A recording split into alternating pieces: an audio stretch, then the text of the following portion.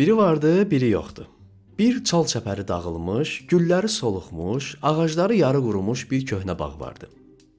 Bağın quşları bu xarabada çox məşəqqətlə gün keçirirdilər.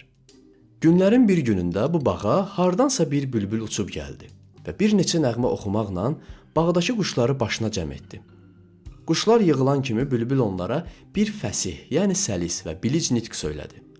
Bu nitqdən quşlar bir şey anlamadılarsa da, yenə çoxları alqışlayıb əhsən, əhsən dedilər.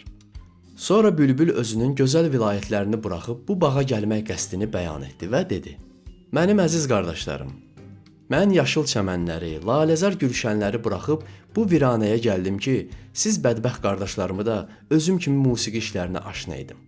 Haydı əfəndilərim, başlayalım."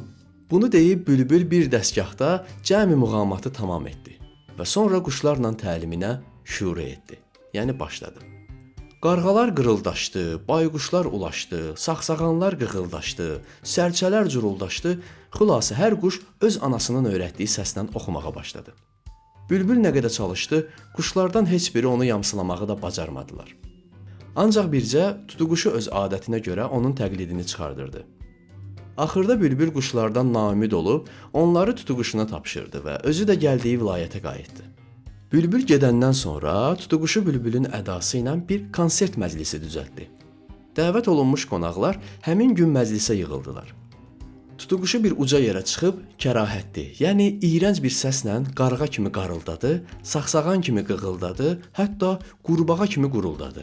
Ancaq bir bülbül kimi oxuya bilmədi. Sıçan bunu eşidib dedi: "Ay tutu dayı, qabaqlarda pis də olsa öz ana dilində oxuyurdun.